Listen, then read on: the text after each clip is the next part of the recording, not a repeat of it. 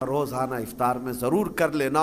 اب حضرت عبدالرحمن بن عوف کہتے ہیں میرے جو انصار بھائی تھے مدینے کے، وہ مجھے لے کر اپنے گھر آئے، کہا بھائی عبدالرحمن آؤ میں تمہیں مدینے کے بازار دکھاؤں، میں مدینے کے حالات تمہیں بتاؤں اور میری جائیداد تمہیں بتاؤں۔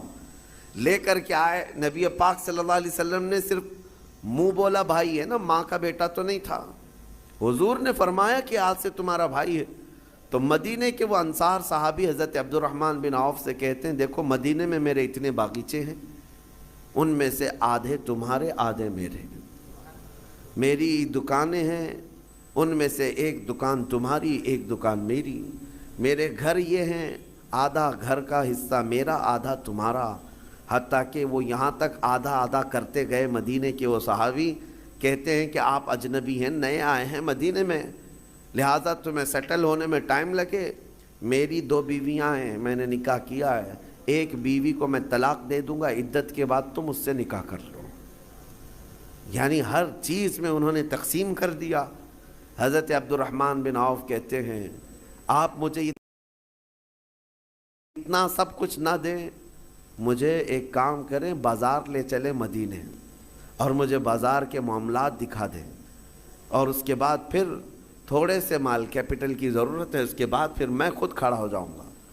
وہ صحابی حضرت عبدالرحمن بن عوف رضی اللہ تعالیٰ عنہ کا ہاتھ پکڑ کر مدینے کے بازاروں کا معائنہ کروایا، اور اس کے بعد بازار میں انہوں نے تجارت شروع کی۔ جانتے ہیں حضرت عبدالرحمن بن عوف یہ وہ صحابی ہیں جن کے پاس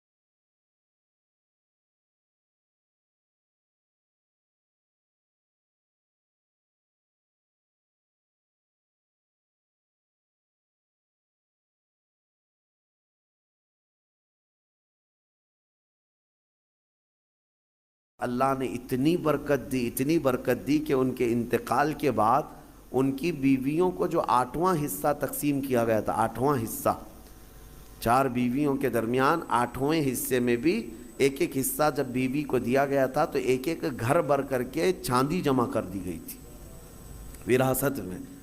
اس قدر اللہ تعالیٰ نے برکت عطا کی تھی۔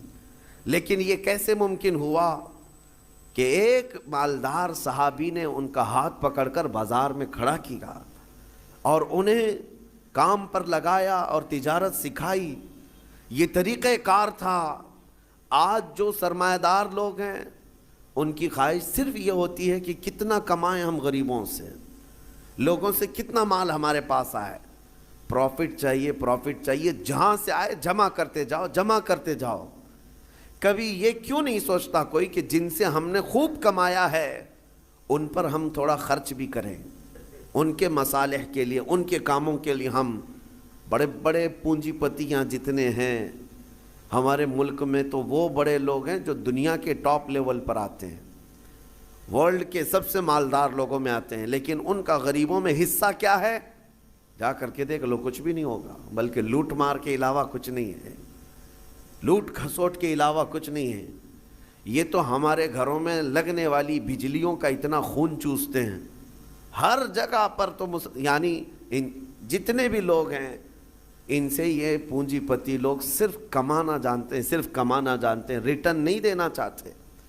جبکہ نظام مصطفیٰ یہ تھا، نظام مصطفیٰ یہ حضرت عثمان غنی رضی اللہ تعالیٰ عنہ بہت بڑے پیسے والے تھے۔ نبی پاک صلی اللہ تعالیٰ علیہ وسلم کے پاس جب کوئی حاجت مند آتا تو حضور حضرت عثمان کے پاس بھیجتے تھے، اور حضرت عثمان غنی یہ نہیں پوچھتے تھے کہ کس کام کے لیے چاہیے، کتنا چاہیے، نبی پاک صلی اللہ تعالیٰ علیہ وسلم کی طرف سے آیا ہے تو وہ اپنا سب کچھ اتنا دیتے تھے کہ وہ خود اپنے زمانے کا ایک بہت بڑا مالدار بن جاتا تھا۔ یہ نظام مصطفیٰ ہے۔ آج زکوٰۃ کا نظام پورا درہم برہم ہے، زکوٰۃ ہمارے ہاں نکالی جاتی ہے، لیکن نظام ایسا درہم برہم ہے، کہیں جا کر کے زکوٰۃ کا پیسہ جام ہو جاتا ہے، مستحقین ویسے کے ویسے ہیں. ہمارے مسجدوں کے باہر مانگنے والوں کی تعداد سال بھر میں کبھی کم نہیں ہوتی. یا کچھ لوگ اگر پیشہ ور مانگتے ہیں تو انہیں روکنا چاہیے. میں یہ نہیں کہتا کہ وہ صرف اور صرف غریب مستحقی ہیں، ہو سکتا ہے کچھ لوگ پیشہ بنا لیے ہوں مانگنے کو، لیکن مسلمانوں کو ان تمام چیزوں کو روکنا چاہیے. اور ہماری زکوٰۃ کا جو نظام ہے، اللہ نے سب سے پہلے قرآن میں فرمایا انما الصدقات للفقراء والمساکین. سب سے پہلے زکوٰۃ کے مستحقین فقیر ہیں، مساکین ہیں. اور پھر یہ جو مدارس کا ہے، مدرسوں کو زکوٰۃ، ان کا نمبر قرآن پاک میں سب سے اخیر میں ہے. فی سبیل اللہ، یعنی جو اللہ کی راہ میں ہیں، وہ طالب علم ہے. ہاں اگر وہ مستحق غریب ہے، فقیر ہے، تو ٹھیک ہے، وہ بھی نمبر 1 پر زکوٰۃ لے سکتا ہے. لیکن آج ہمارے لوگوں میں ایک ذہن میں یہ بات بیٹھی ہے کہ زکوٰۃ صرف اور صرف ایک جگہ جو مدرسوں کو دی جاتی یہی ہے. وہ ایک حصہ ہے، آپ ضرور دیں. جو مستحق ادارے ہیں، وہ دین کا نظام چلا رہے ہیں، ضرور دیں. لیکن آپ آس پاس کبھی نظر نہیں کرتے، اپنے ارد گرد نظر نہیں کرتے. قرآن پاک میں ان فقیروں کا ذکر کیا گیا ہے کہ جو شرم کے مارے تم سے مانگتے نہیں، وہ حقیقت میں فقیر ہے. حیا کی وجہ سے تمہارے پاس ہاتھ نہیں پھیلاتے، وہ حقیقت میں فقیر ہیں. اور ان کو دینے پر اللہ نے تمہارے بہت بڑے اجر کا وعدہ فرمایا. یہ احساس آپ کو خود کو ہونا چاہیے. میں آج ایک مثال دوں. نبی پاک صلی اللہ تعالیٰ علیہ وسلم کا جو نظام ہے، سیدنا عثمان غنی رضی اللہ تعالیٰ عنہ کا جو مال تھا، حیرت ہوتی ہے آج بھی مدینہ طیبہ میں حضرت عثمان غنی کا اکاؤنٹ چل رہا ہے. آج بھی ان کے بینک کا کھاتہ چل رہا ہے. 14 صدیاں گزر گئی. ان کے نام کی جائیداد آج بھی موجود ہے. ان کا باغیچہ، ان کا کنواں جو انہوں نے خرید کر کے وقف کیا. جس کے پاس مال ہے وہ اگر اپنے سرمائے کو ریٹرن قوم تک پیش کرتا ہے تو اس کا مطلب یہ نہیں ہے کہ اس کا سرمایہ کم ہو جائے گا. تاریخ کی سچائیاں بتا رہی ہیں 14 سینچریاں گزر گئی لیکن ان کے مال میں ابھی بھی کمی نہیں ہے. مدینہ طیبہ میں ان کے نام کی پوری ہوٹل بھی ہے، وقف عثمان بن عفان. حضرت عثمان غنی رضی اللہ تعالیٰ عنہ کے وقف کی ہوئی چیزیں آج بھی مدینہ میں موجود ہیں اور سرمایہ کما رہی ہیں، آج بھی کما رہی ہیں. مدینہ طیبہ میں جب حضور تشریف لائے حالات کیا تھے؟ ایک ہی کنواں تھا میٹھے پانی کا، اور وہ بھی یہودی کے قبضے میں تھا. وہ پانی بیچتا تھا تو پانی بیچا جاتا تھا. ظاہر سی بات ہے یہ استحصال آج بھی کچھ لوگ کرتے ہیں. جب ضرورت کی چیزیں نہیں ملتی مارکیٹ میں تو کچھ مالداروں کے پاس یہ چیزیں ہوتی ہیں اور وہ لوگوں کو جو 10 روپے کی وہ 100 روپے میں بیچتے رہتے ہیں. یہ احتکار اسلام میں ناجائز و حرام ہے. لوگوں کی مجبوری کا فائدہ اٹھانا. جب تمہارے لیے ضرورت تھی، یہ 5 روپے کا ماسک جو ہے 50 روپے میں بھی بیچا جا رہا تھا کیونکہ اب لوگوں کو ضرورت تھی. تو لوگوں کی ضرورت کو دیکھ کر کے اس کا منافع بڑھا دینا اور لوگوں کی مجبوری کا فائدہ اٹھانا، اسلام اس کی کبھی اجازت نہیں دیتا. جب مدینہ طیبہ میں آئے، ایک یہودی سب کو پانی بیچ رہا ہے، پینے کا پانی. صحابہ جو غریب تھے حضور کی بارگاہ میں آئے، عرض کیا کہ یا رسول اللہ صلی اللہ علیہ وسلم، اتنی غریبی ہے کہ ہم پانی خرید کر نہیں پی سکتے. حضور اکرم صلی اللہ تعالیٰ علیہ وسلم نے اعلان فرمایا، کوئی ہے ہم میں سے جو اس کنویں کو خرید کر کے اللہ کی رضا کے لیے وقف کرے اور مسلمانوں کو پانی پہنچائے، اس کے لیے اللہ تعالیٰ جنت کی پوری نہر عطا فرمائے. حضرت عثمان غنی کھڑے ہوئے، مال والے تھے، پیسے تھے. کہا کہ یا رسول اللہ صلی اللہ علیہ وسلم مجھے اجازت دیں، میں یہ سودا کرتا ہوں. گئے، لیکن ماننا بھی تو چاہیے. جو مالک ہے کنویں کا اس کے پاس آیا، یہودی تھا. اس سے کہا تو یہ کنواں مجھے بیچ دے، اور ریٹ لگانا شروع کیا. کتنا جو تھا ہی نہیں اس وقت کا ریٹ. آپ نے 1000 درہم سے شروع کیا. 1000، 2000، 3000، 4000 درہم چاندی کے سکے کو کہتے تھے. 10,000 درہم پر بھی لگائے، وہ دینے کو تیار نہیں ہوا. کہا نہیں میں بیچوں گا نہیں کنواں. پھر حضرت عثمان غنی نے ایک راستہ یہ نکالا. کہا اچھا ٹھیک ہے تو نہیں بیچے گا، پارٹنرشپ میں تو کر لیتے ہیں. آدھا آدھا کر لیں گے، تو آدھا مالک میں آدھا مالک، ایک دن تو بیچ ایک دن میں بیچوں گا۔ وہ اس بات پر راضی ہوا کہ کنواں تو میرے پاس ہی رہے گا، پارٹنرشپ میں لے لوں گا۔ 12,000 درہم چاندی کے سکے دے کر حضرت عثمان غنی نے کنویں کی آدھی ملکیت اپنے حاصل کر لی، آدھی ملکیت لے لی۔ اب اس کے بعد طے یہ پایا تھا کہ ایک دن یہودی کے قبضے میں رہے گا، ایک دن حضرت عثمان غنی کے قبضے میں رہے گا۔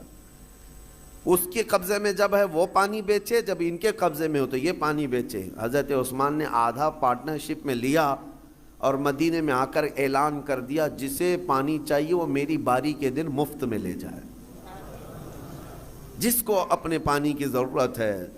مدینے کے غربا، مساکین اور سب اہل مدینہ حضرت عثمان کی باری کا انتظار کرتے، جس دن ان کی باری ہوتی سب پانی لے لیتے، اور جب یہودی کی باری ہوتی وہ مکھیاں مارتا بیٹھتا، کون خریدتا؟ جب پانی مفت میں تقسیم ہو رہا ہو تو پیسے دے کر اس سے کون لیتا؟ تو اس نے جو سودا کیا تھا پھر وہ کہنے لگا کہ میں تو گھاٹے کا سودا کر لیا۔ عثمان چالاکی کر گیا، یہودی کہتا رہا، اور اس کے بعد کئی دن تک اس کے کنویں پر کوئی خریدار نہیں آتا۔ تو اب حضرت عثمان کے پاس وہ آیا اور کہا باقی آدھا بھی خرید لو، آدھے کی جو پارٹنرشپ چلا رہے ہو باقی آدھا بھی تم خرید لو۔ حضرت عثمان غنی اس وقت کہتے ہیں اب مجھے خریدنا نہیں ہے، پارٹنرشپ میں ہی چلیں گے، آدھے آدھے پر ہی چلیں گے۔ پھر حالات یہاں آئے کہ بہت اونے پونے اس یہودی کو چند سکوں پر، چند درہموں پر اپنا پورا کنواں دے کر جانا پڑا۔ حضرت عثمان غنی نے بہت مختصر سی دولت سے باقی کا کنواں خرید لیا، اور اس کے بعد بارگاہ رسالت مآب صلی اللہ علیہ وسلم میں حاضر ہوئے۔ عرض کرتے ہیں یا رسول اللہ صلی اللہ علیہ وسلم، اس کنویں کی ملکیت مجھے پوری کی پوری حاصل ہو گئی، میں آپ کو گواہ بنا کر عرض کرتا ہوں میں اس کنویں کی ملکیت سے دستبردار ہوتا ہوں، آج سے یہ کنواں صرف اور صرف اللہ کے نام پر وقف ہو گیا۔ جسے پانی چاہیے وہ کنواں آج بھی 1400 سال کے بعد پانی دے رہا ہے، مدینے میں آج بھی موجود ہے، پورے مدینے کو پانی پلایا۔